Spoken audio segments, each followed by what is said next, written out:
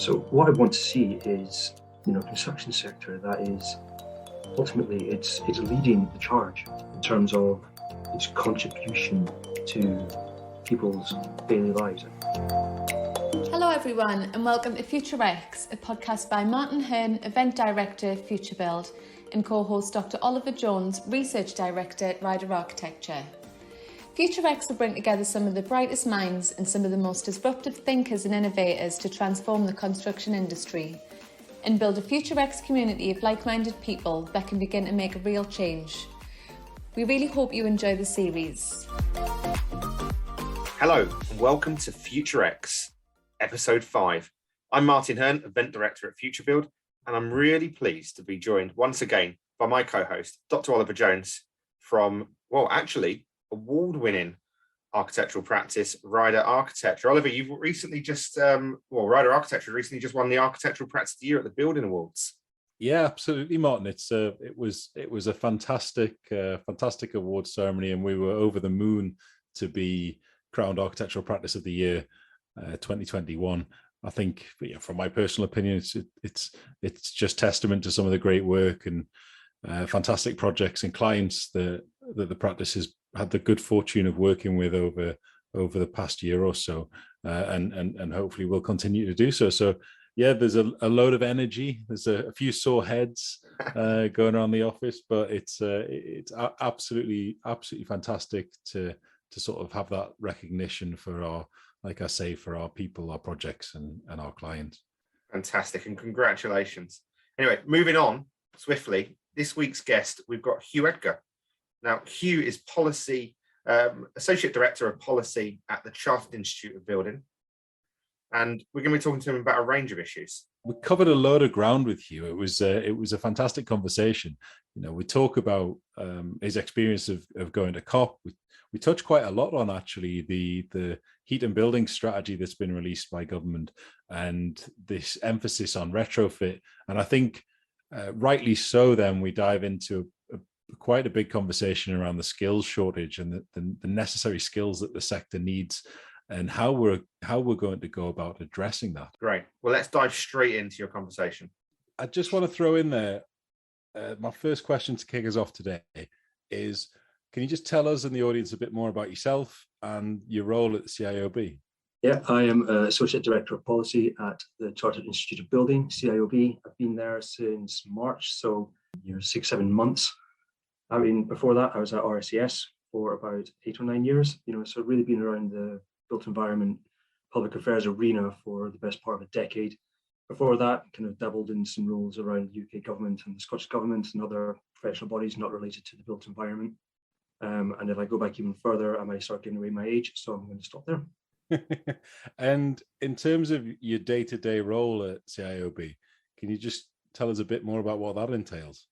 So at the moment, is really working closely with the Policy and Public Affairs team. We're looking to expand that as well, and work with the members, really just to kind of discuss what the key issues for the construction sector are, where we can position ourselves in that debate, and ultimately, help advise government on any policy or legislation they're proposing, whether it needs strengthened, weakened, tightened, loosened, anything like that. It's really just finding opportunities to engage with government and system. It's good fun. And I know that you've recently been joined CIOB at COP, so we'll dive into that a little bit. Mm-hmm. But just pulling on that thread of some of the key issues in the sector that you mentioned there, do you want to give us a hint of what some of those key issues might be and some of those key challenges? Yeah, sure. So obviously, you just mentioned COP26, the big issues around net zero, and with that, the issues around retrofit, again, which that can lead into permitted development rights. And ultimately, construction has such a major role to play in the net zero agenda. It's front and center. And I think that's, construction is a sector that does get taken for granted. When people talk about the energy efficiency of homes, they forget that it's the construction sector that has to undertake this. It ultimately gets guided by the consumer, it gets guided by government, but ultimately it's the construction sector participants that, and added to that, we do have concerns around, the labour and skill shortage, and also the materials as well. This has been going around for quite a while. In Brexit certainly hasn't helped, and I'm sure we can touch on that later on. In the discussion, I think that'll be a good issue because it's at the forefront of everybody's mind at the moment. Obviously, COP has taken over that, but I think as the dust begins to settle on that event, the issues around the skills and materials agenda will come back to the fore. Yeah, and I think, from my perspective, I think COP for the built environment, there's a huge amount of momentum from the built environment going into the event. All major institutions came out with their route maps and roadmaps, but obviously the outcome of COP shows that we're not quite on track for that 1.5 degrees, probably not even 2 degrees, that we promised. And that final deal was really on a knife edge, but we got there. We got a deal out of it. What do you see the positives that came out of COP? Collaboration. I think there was a lot of synergy in what the various stakeholder bodies and organizations that attended were there. I think there's a real willingness from people to work together. Now, as I mentioned in my intro, I've been in the public affairs space for 10 years, and it's a very loud marketplace in terms of public affairs. And ultimately, a lot of organizations do compete to have that loudest voice, to show their skill set, to show their knowledge base, and ultimately try and get government to adopt their recommendations and their products and services. But I really think, and to an extent, the pandemic has led to this as well.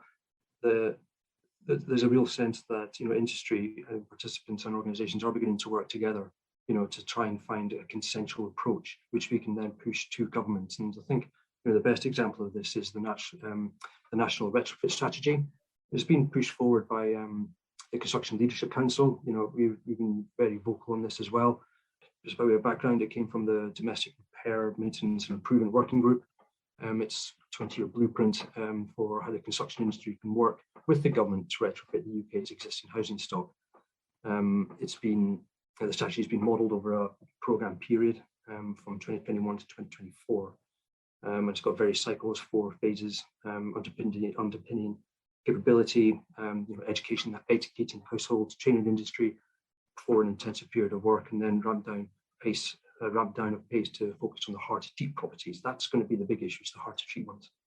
Yeah, absolutely. One of the highlights for me was, of course, UK GBC bringing out and unveiling their whole life carbon roadmap. And I think, you talked about collaboration there, and I think that shows that the UK built environment, we know we need to deliver. We know how to deliver, and we're probably all committed now to deliver. It feels like there's a lot of work to be done in encouraging, our clients, the investors, the homeowners. Sort of what's next? What's the next priorities? It's convincing homeowners that there is benefit to having a better energy performing home. As I said, when I was at RCS, there was always a lot of email traffic and communications around, the valuation of properties. An A-rated property was valued less than, say, a C-rated property, and ultimately people were challenging the valuers, on this, saying, well, why is it not higher? It's ultimately be cheaper to run. But the response to that was always that, there's no market evidence to suggest that energy performance, is actually, increases somebody's desire to buy that property. I mean, that's what valuation is. It's a snapshot of the value at that time, taken from, undertaken by a professional. And then certainly, in my time there was, various amounts of research showed that, maybe 10, 15 years ago, energy performance was way down the list of priorities for a property. And it did gradually increase, over the last decade or so, but it's still relatively low down. And I think this is emphasized, and best illustrated by the fact that there's still a program on television called Location, Location, Location. That's still what people want. It's not called Green Home, or anything like that. It's people want to buy a house that is, it's close to schools, close to shops, close to, access and everything else. But ultimately, energy performance is not a top priority. And until that changes, I don't see that changing unless there's government intervention. And that's not necessarily always a good thing. I guess just drawing on that thread for a moment, Hew, but I had a discussion this morning with the fantastic David Pinder, chair of the Green Construction Board at CLC. And we were talking explicitly about our reflections on the heat and building strategy. It's hard to be cynical about anything that moves us forward. However, there's a lack of ambition in some of that strategy that's come out, and a lack of planning around finance and how, as an industry, we're going to address the skills and labour shortage that the construction sector already faces. We already face that skills and labour shortage before retrofit was a huge challenge, Now retrofits is number one on the agenda. How on earth do we sort of start to look to remedy that? I'm using a nice bland term, creativity.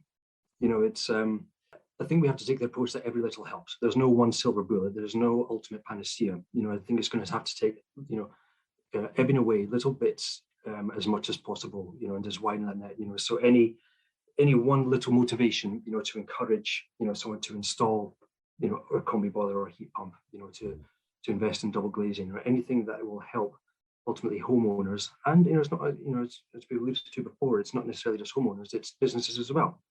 Shops, offices, restaurants, they should be encouraged to, benefit from the installation of energy performance enhancing measures. And at the moment, it's, various governments have tried. Of course, there was the Green Deal, and then of course there was one more recently, the Green Homes Grant.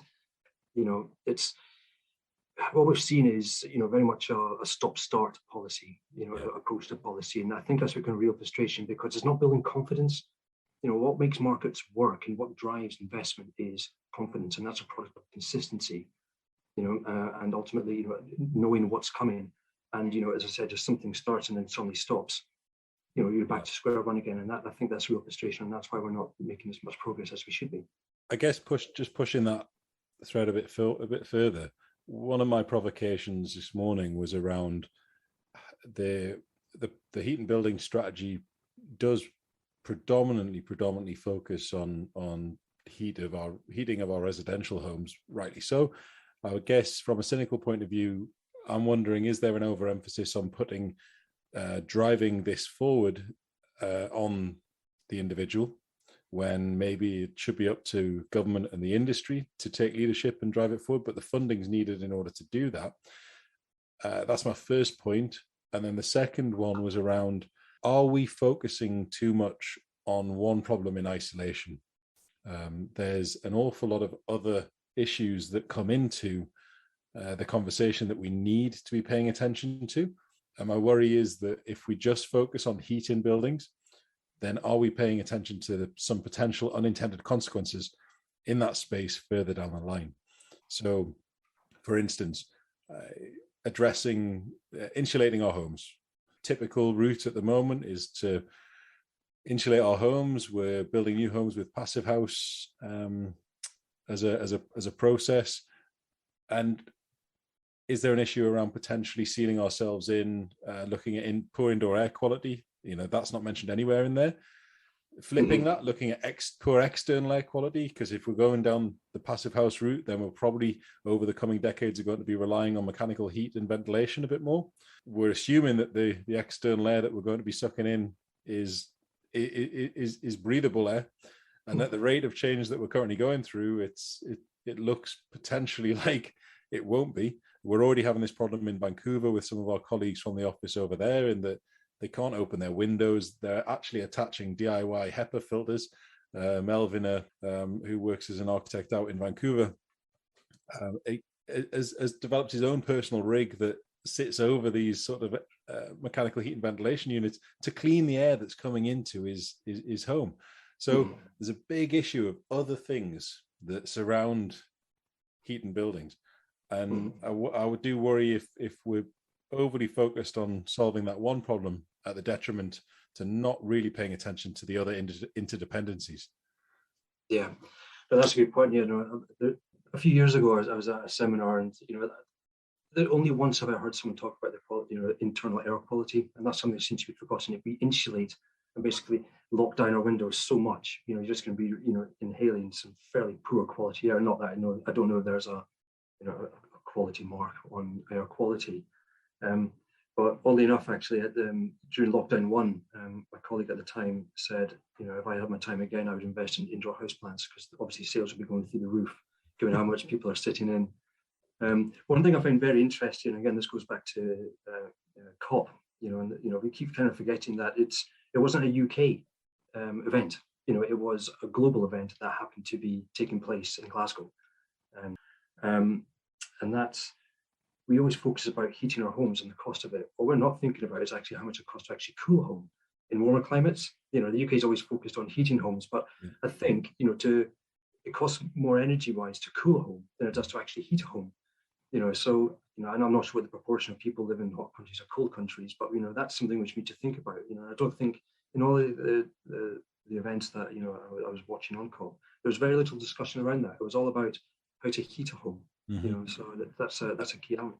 And that was one of the things that was in there around, obviously it's in the title, the heat and buildings strategy is there's a lot of emphasis placed on, exactly as you say, heating the home, but does it take into account climate adaptation planning?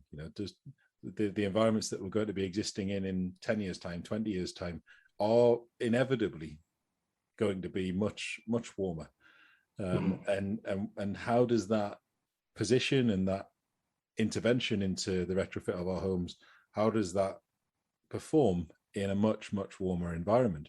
And I made the argument this morning as well that we need to start talking about how we integrate green infrastructure and urban tree planting initiatives into these spaces as well, because that has a direct impact on how much we need to heat and cool our properties and our buildings, because they mitigate against flooding and rainwater management, but also urban heat islands and probably in the future suburban heat islands.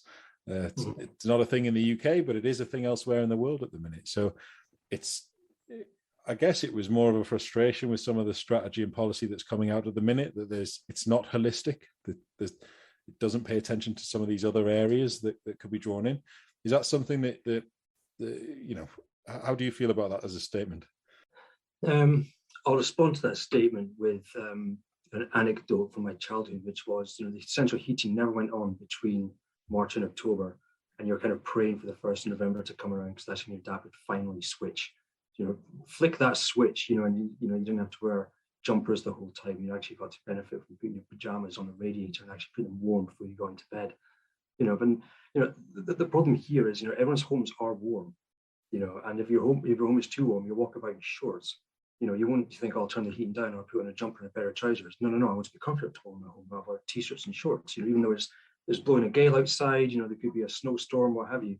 Where people are still willing to actually just crank up the heat and not think, well, why not just put on a jumper? That's all.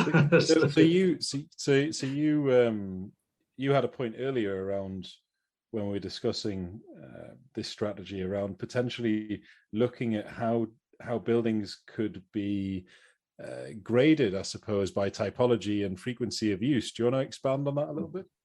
Yeah, so it dawned on me the other day when I was picking up my kids from school. I dropped them off at 8:30, pick them up around 3 o'clock thereabouts. I'm sure half the nation does the same. But that school is probably open from 8 in the morning, closes at 4 at night. And when the school isn't open, you've got lights on, for security purposes. You've got heating on, especially in winter time, so the pipes don't freeze. And that asset is actually just lying empty, and it's a very useful asset. It's got a gym hall, it's got a dining room, it's a dining hall, and lots of other different rooms which could have other uses. Now, I don't know what these uses might be off the top of my head, but what I'm trying to say here is that asset is only used for half the day or thereabouts. Compared to, say, a church hall, it's open first thing in the morning for breakfast club for kids before they go to school. When that shuts down, it will be used for an art class, yoga class, scripture union, and by the time you get to after you've got after school club at 3 or 4, then there'll be more events taking place in the evening, whether it's Scouts, Brownies, or something else, squash sometimes, squash, badminton, so the church hall is used so much more, so you think about how much carbon was expended to build it, or the emissions, and how much use. You don't need to crank up the heating too much for it to be hospitable compared to the school that is lying dormant. And this, of course, I'm not criticizing schools at all, of course, just to be clear. But what I'm trying to say here is, going forward, do we not, when we start thinking about retrofitting properties and building back better, should building back better actually be more, have an adaptability element to it or a flexibility element to it? So any property that goes up has more than one use. So that property is actually used, for more hours of the day than it isn't. As I mentioned earlier, one of the biggest culprits here is probably sports stadiums. Where I live in Edinburgh, I love going down to Murrayfield to watch the rugby. I don't, it's been used on a weekly basis over the last couple of weeks for the autumn tests. I don't know how often it's used after that, but I can imagine that the main element of it, it's not used as often as it could be. So you have to think about, how do we maximize the existing assets? And ultimately this will, if we can find an algorithm or a way forward to maximize the use of our current asset base, will that not help the 15-minute neighborhoods plan? Will it not help social cohesion, community infrastructure? Of course, and net zero as well, and lower the use of carbon emissions and the rest. That's something worth exploring. I haven't really kind of developed a position on that or given it too much thought, but it's something which I'm thinking of writing about, and very keen to hear other people's views on that going forward. I think one of the points you mentioned there was around switching the lights off and behavioural change, and I think I was reading some polls recently that said it showed that post COP 1 in 5 young people feel it's now too late regarding climate change and hitting those 1.5% targets. 60% of people actually feel that they're getting tired of being told about the problems and not about the solutions. I think it's very easy to get really negative about things, but I think talking about the solutions is much more seems to us much more of a challenge. Mm-hmm. Well, there's one thing, certainly in the policy and political affairs space, people love lamenting problems because it's so easy. It's easy to lament problems, and coming up with a solid evidence base to exemplify or to support, a policy solution. That's the difficulty, because these things take time. And the agenda is moving so quickly. By the time you actually start, commission research and it comes back to you, you might have missed the boat. And I think, I guess this is probably illustrated if you cast your mind back to let's go slightly off piste here, still through the housing. If you cast your mind back to the, financial crash 2007, 2008, when we finally got through that, there was all these statistics going around about, the deficit, the housing deficit. No politician said there was a crisis. There wasn't a housing crisis in the early days. It was a housing deficit, and we're going to tackle it. 300,000 homes required a year throughout the UK, and that's fine. And people, the debate started around the quantity that was needed. But it's that, over about 2 years after that kind of stat was universally accepted, that the debate moved on to, we're building, planning permissions have gone through for the right number of homes, but they're not being built at the quick enough pace. So not only did we have a quality issue, we also had a delivery, the pace of delivery issue. And then, when people started catching up with that, you'd start accepting that as part of the housing deficit as well. You started moving into, the quality of the homes that are being built. Are they actually designing homes that people actually want to live in, or are we just building homes to tick a number? So it's like the quality of the home as well. And now we're moving into the energy performance of it as well. So the housing crisis debate, the housing debates, it's constantly changing, and it's very difficult to keep a pace with this. And this is why, just come back to the very start of of this conversation. Collaboration across the sector is so imperative. Because if we can all sing from one voice, it's agreeing what the problems are, but also agreeing solutions. That's more important. As I said, lamenting problems, anyone can do that. Mm-hmm. I think there's also a point there around the use of language. You talked about whether it was turning into a housing crisis, and the word of the use of the word crisis as well. I was talking to our conference producer this morning, Sue, and she was telling me that Chris Starcote, the CEO of the Climate Change Committee, is now changing the language. He wants to go from years to months, because if you put it in that context, there's only 98 months until 2030. So it's quite easy for us to say, well, we'll do X by 2030, thinking that that's almost a decade away. Well, when you start to put that in months, that's not a lot of time to take these ambitions to actions. And I suppose that's a real challenge when you come to policies as well, because they take time to implement. That's it, yeah. So the net zero by 2050, like a road to 2045, 2030. And, being in Scotland, we hear it a lot. Scotland's got some really ambitious climate change targets, and that's great. But unfortunately, it's one of these things where, it's really hard to comprehend. 2030 is still quite hard to comprehend. It's 9 years away. It's easy to imagine 9 years ago, but thinking 9 years forward, that's really difficult. That's 2 World Cups. You want to put it another way. Everyone who played in the most recent World Cup probably won't be playing, in the next one. By the time we have to reach these targets, all these footballers, that we liked and admired now, they won't be in these teams. It'll be the youths in the under-21 squads. Those are the ones that we'll be watching, in the World Cup when the time we get around to then. Good. I like that analogy, Hugh. In the, we're essentially having 2 full sets of team change in between now and 2030. Yeah. Well, as a Newcastle fan, I'm hoping to see some Newcastle representation in the squad by then.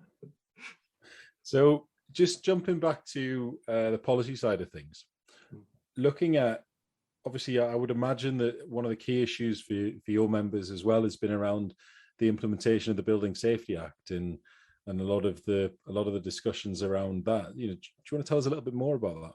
Oh, we've been taking the Building Safety Bill very, very seriously. It's such an important piece of legislation. Thankfully, it's under scrutiny. The timeline seems to be on course, and there's a lot of good material in there. It's ultimately built off the Dame Hackett review, which we were very supportive of, and I think the entire sector was very supportive of as well. It's an absolute necessity, and I hope will come through. We've done a lot of providing lots of written submissions, highlighting several areas where legislation could be enhanced, and where additional clarity is needed. Because ultimately, we're at the point where it's the final opportunity for the bill in its entirety to be critiqued before line by line amendments are made by various policymakers in Parliament. But even then, once it gets to that stage, it can still take anywhere between 12 and 24 months. Like Martin, I'm going to start working in months now, as opposed to years. 12 to 24 months before it could receive royal assent and becomes an act. Now, but again, as alluded to before, the bigger challenge around this timeline is in various pieces of secondary legislation come into play. Now, these elements could run at various paces, and that could be a little bit tricky. So there's elements around the role of the regulator, the new Homes Ombudsman, both of which we are actually very supportive of. But it's that finer detail, so that the act could pass within 12 months. But then how long will this secondary legislation take? For us, the regulator needs to be a role that it actually has purpose, that it actually has teeth. And a lot of this will come around the education, the qualification requirement for this role. If you include both the regulator and the new Homes Ombudsman, both of them lead to challenges in informing industry, again, providing that confidence with the bill and when the second legislation will come into force. I can't help but feel, we're in an unprecedented time here, not just with the climate emergency, but also with all of the other pressures and disruptors that are acting upon the construction sector. So, we've got the Building Safety Bill that you've mentioned. We've got this emphasis on digital and data and performance monitoring and measurement. We've got a huge narrative and emphasis coming through, rightly so, on social value and how social value is going to change the way we do things. And then at the same time, we've got key pieces of legislation in the development around retrofit and around, I'm hoping that we do see the national retrofit strategy actually push forward. It would appear like the only real answer to this, because on this discussion today, we've mentioned maybe 4 or 5 totally new roles that need to exist within the construction sector.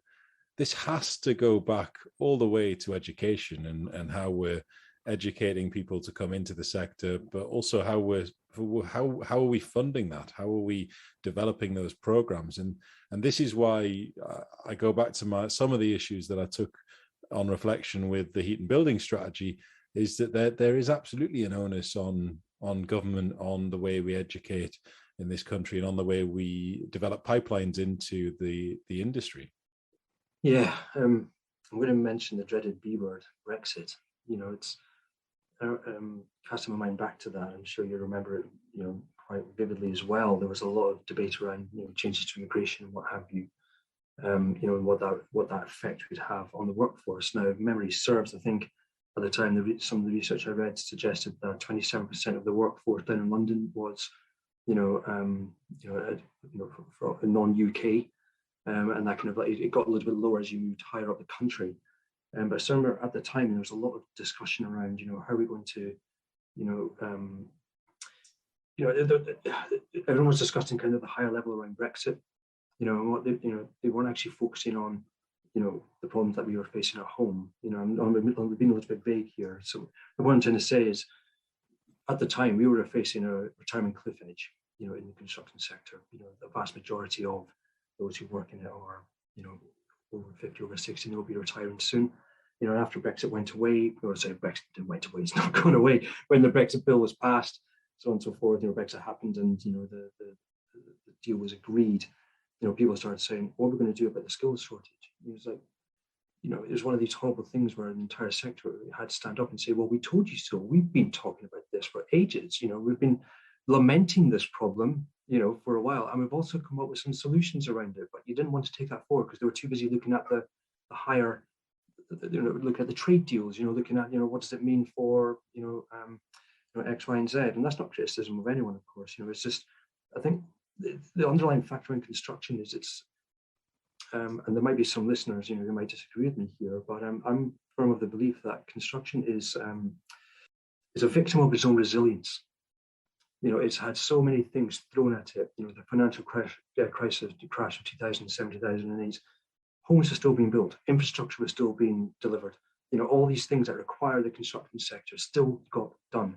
You know, and the majority of things that got built that time and afterwards, and even now, are of a good quality, and you know, they stand the test of time.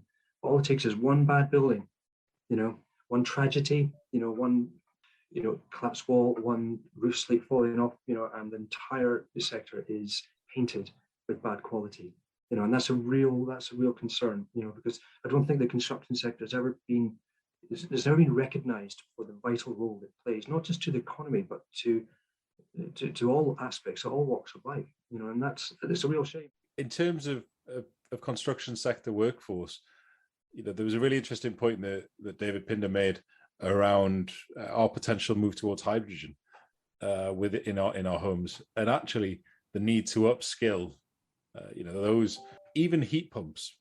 So heat pumps take twice as long to install, as David was saying this morning, and we don't have the workforce currently trained to be able to do that. We're relying on industry to train that workforce. Now, there's an issue then there with demographics and the fact that an awful lot of that workforce are over the age of 45. They might think, you know, when we come to a time to change, we need to be retrained. There may be a lack of uptake in that retraining, and that might be seen as a point to leave the profession when having to retrain to fit a hydrogen boiler or a heat pump to a home. So it does appear like the bringing people into the construction sector is an absolutely critical issue that we have to work with schools, we have to work with maybe the new technical colleges to start to build that skills base, because it's going to take a while to come through. And you've mentioned that, you know, 2030 isn't that far away. Well, we've got a lot of training and upskilling to do in order to meet that challenge. Now, I think related to that is, you know, I mentioned earlier the stop-start nature of policy. You know, so if, you know, the government's going to say, you know, introduce a grant scheme for heat pumps, you know, that's going to have longevity, because by the time you train up the workforce to install the heat pumps, if they suddenly stop it, you're going to have these people that are trained up in a defunct skill. I mean, obviously, you know, a lot of it will be, you know, transferable. Thankfully, you know, there will be transferable skills there, which is one saving grace. But there needs to be longevity, and unfortunately, that only comes with, you know, long-term consensual politics, which simply doesn't happen at the UK level. You know, if you look around the political systems in other constituent parts of the UK, Scotland, Wales, Northern Ireland, you know, they're designed to return minority governments. You know, so they do have to find partners to push through legislation, and that, you know, on paper, in theory, should create long-term policy which is agreed by political parties. So there is a government change, you know, that hopefully one party will still be in power in some shape or form to continue that legacy of the project or the program of work that's been promoted. Future skill is a real concern. You know, we're doing a lot of work around trying to widen the net, and by that I mean, you know, it's you know, trying to promote equality, diversity, and inclusion in the construction sector is notoriously male dominated. You know, male, pale, and stale. I think that's the anagram, or not the anagram, just the saying that goes for construction. Yeah. And that's real frustration. You know, because it's the reputation of construction. You know, it's not just, you know, it should be more inclusive. You know, we've got an EDI charter being published or being launched this time next week, and I can't say too much about it. You know, but I'll certainly say watch this space. And we're very excited at this. But what we're trying to do is try and encourage sectoral participants to, you know, take stock of their commitment to EDI and trying to get them to commit to EDI, because there's an untapped resource of minority groups, women, in construction, that want to join the sector, but working conditions at the moment just aren't necessarily compatible with the way of working. I think what's really, really exciting there, as I've said it a number of times, I don't think there's ever been a more exciting time to be in the construction sector. Given all of the disruption that's going on, given all the innovation that's going on, I staunchly believe it's the most exciting sector to be working in at the minute, particularly with the opportunities to have an impact on the climate, but on our built environment and the future of our built environment in our cities, as you've alluded to, have such an impact on people's public health, on people's well-being, on the way society functions. So I think it's an incredibly exciting sector. We just need a little bit of a rebrand, I think, in terms of the way that we communicate that. You are absolutely spot on. I have nothing to add to that. I agree on that, Oliver. There's a need for that marketing and PR, of construction, because you're right, it's a really exciting time. You're talking about now hydrogen boilers, heat pumps, new technologies. Okay, these might seem daunting for existing installers, but for people coming through college, these are real. You overlay the intelligent buildings movement as well. This is some really interesting tech going into future buildings. Highly energy efficient buildings, which should seem as an exciting opportunity for those people at college and school. School levels. Where does the problem lie? Because we have the funding. We have the levies. We have the training bodies. But it just doesn't seem to be. I read some shocking stats around the amount of actual school leavers that come into the construction industry and into those apprenticeships. So there's a problem somewhere. I think we're targeting the wrong demographic, age demographic.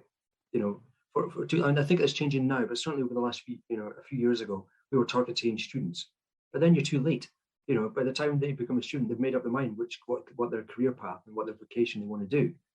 As you said, Martin, we should be targeting them at school. Every kid in Britain, if not around the world, plays with Duplo or Lego, and then at some point, maybe around the age of 9, 10, 11, you stop. That's building. People love building at a young age. Something happens, around that age where you stop wanting to build. And it's, I think we need something in between Lego and leaving school, to encourage kids to, take an interest in building.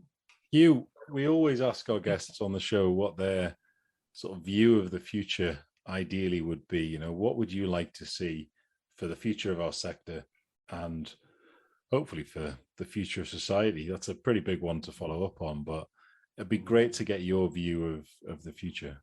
Well, I'll pick up on the conversation literally that we've just had, the discussion point there around, the excitement in the construction industry and what's going on, the use of technology and, all the kind of gizmos and apps and software packages that come with it. I think the best way to describe that is, dare I say, a renaissance, a construction renaissance that's going on at the moment. There's a lot of funding. In fact, just on that, I never like the word funding. Funding suggests that there's no outcome, there's no product in a way.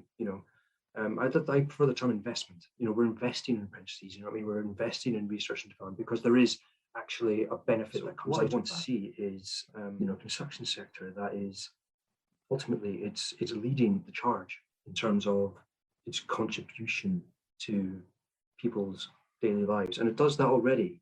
But what specifically, I want it to be more inclusive. I want it to be more tech savvy, but so is widely known. Those in the sector know the changes that are going on in construction. The different mechanisms and approaches and ways of building assets, smart cities and everything else, how they work. Those in the sector understand that, but those outside don't realize, because this goes back to the image again. People just think of construction as putting brick on top of brick in a wee pattern.